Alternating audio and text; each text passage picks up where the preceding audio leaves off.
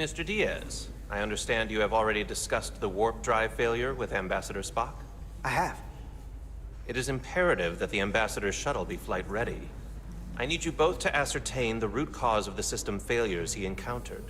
I'm surprised, Commander. I thought you would have wanted to work on Ambassador Spock's shuttle yourself. I respect the Ambassador and his many accomplishments, but I do not derive any satisfaction from interacting with his shuttle as if it were somehow transubstantiated through its association with him. Especially when I have the entirety of this starship to concern myself with. The Ambassador asked me to take a look, and I'm ready to crack this thing open. Good. You could learn from Mr. Diaz's focus. I'll take notes. Then I will leave you to it. Make note of any abnormalities in your report. Carry on. It seems like he's warming up to us. Yeah.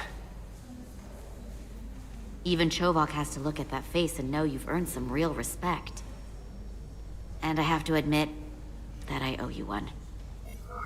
You were right to make me go first. I don't know what I was thinking. You've pulled me out of trouble how many times? Call it even. Okay. At the very least, maybe I can track down that bottle of Saurian brandy you're still on the hook for. But first, we have work to do.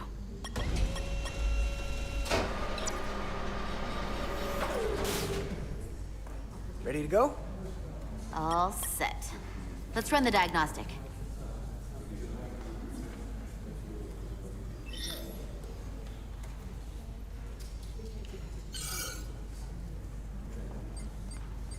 So, I know about your talk with Miranda. You do? She sent me a Priority 1 dispatch right after your conversation. I'm happy for you. Both of you. Thanks. But I'm only going to tell you this once. Don't screw this up. Because I would be very unhappy if you tried this out and then, I don't know, 6 weeks or 6 days later, I have to start splitting holidays between the two of you. All because things went south and you're not on speaking terms. That just isn't gonna work for me. You really don't believe in me, huh? It's not you. Or her. Just running the numbers, and things don't work out more often than they do. I like my friends, and I like our group. I don't want to lose that. Is that thing done? Yeah, it's wrapping up. Let's see. The relays along the primary EPS are blown. The backup relays are all intact. An EPS overload from the warp drive could cause that. But how did the shuttle end up dead in the water? Huh. Well, maybe the ship's data recorder can tell us something.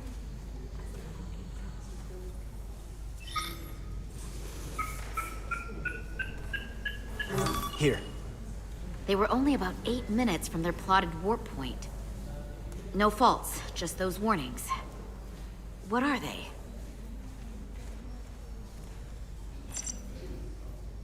Subspace variance out of tolerance. What does that mean? It means the main navigation array lost sight of space somehow. Will the array going offline cause that? Yes, but it should have also thrown a fault code.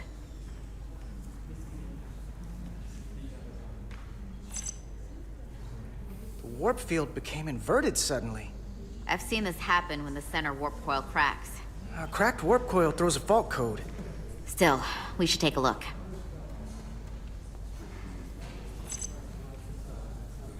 There was a complete warp cascade failure. Wow. They're lucky the shuttle didn't turn inside out. Makes me think the computer panicked on the warp field equation. Any one of these failures should have thrown a fault. If it was caused by a system failure. None of this caused the relays to blow. Roll forward to when that happened. Yes, ma'am. So here, they take a moment to get their bearings and they attempt to re-engage the warp drive. There. That's the relays blowing. And look, there's another warp system alert. They're all the same. Subspace variance out of tolerance, or warp inversions. Finally, there's a complete warp cascade failure. Then it's one of two things. Either a warp coil is cracked, or the navigation array is offline. That makes sense. Divide and conquer. You want to check the warp coils or the navigation array? I'll check the other. Let's not overcomplicate this. One of these systems is likely broken. I'll check the nacelles for a cracked coil.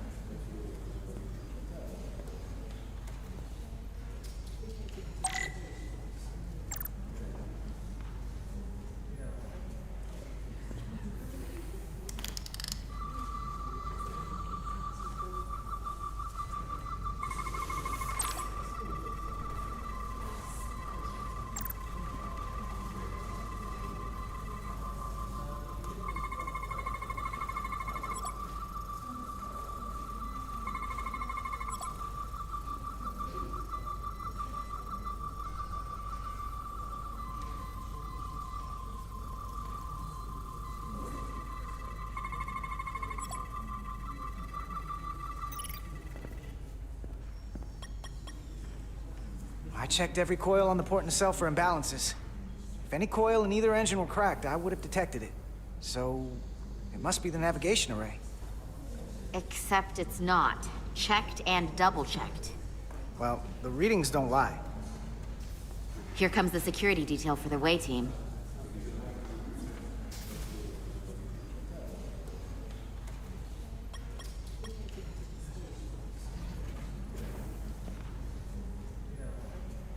Hey. I'm not here. We're escorting the negotiating team to the surface as soon as they come down from the bridge. I don't want to interrupt some important work. I was just hoping to see you before I go. The captain and the others will be here any minute now. Should be an interesting ride down to the surface. Come on, I'm never too busy to make time for you. That's not true. No. But I am glad you came by. No, that's more accurate. I gotta be precise with you, huh? Hey, Maris. Aren't these those button pushers you're always hanging out with? And you're the phaser jockeys we always beat in Parisi squares, right? All aboard for Hotari. That another one of the captain's railroad things? Gotta be. I just usually zone out by the time he gets to the whole, steam engines were the warp drives of their day part. Catch y'all later. You don't want to miss your train. I do have to go.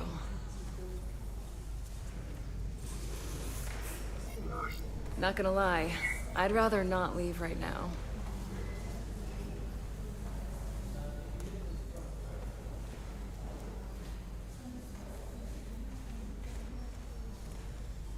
That was nice. Yeah, it was. Save some of that for when I get back. You got a deal.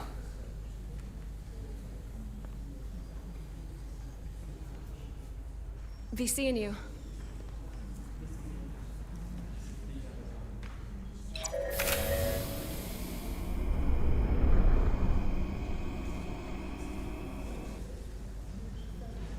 Etzelar de Diaz. If you could float back down to reality, we still have a ways to go. All right, where were we?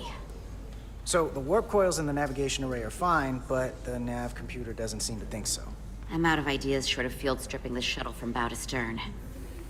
You wanna take this out of the shuttle and throw it on the bench? Oh, real hands-on maintenance. I like it. Okay, the nav computer is patched into the ship. The ship's computer can double-check our work. If the shuttle's nav computer is putting out false data, we'll know it. Let's run through the shuttle's logs again. Running now.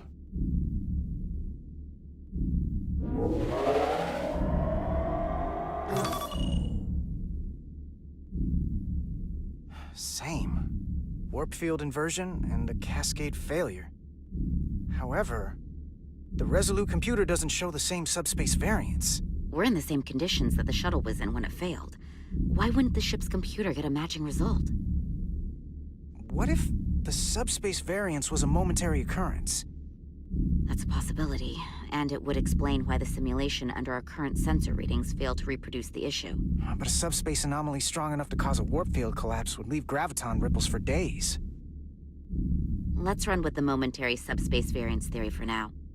Roll forward to the shuttle's attempt to re-engage the warp drive. We need the conditions of space around the shuttle at the moment of warp failure. Resuming simulation.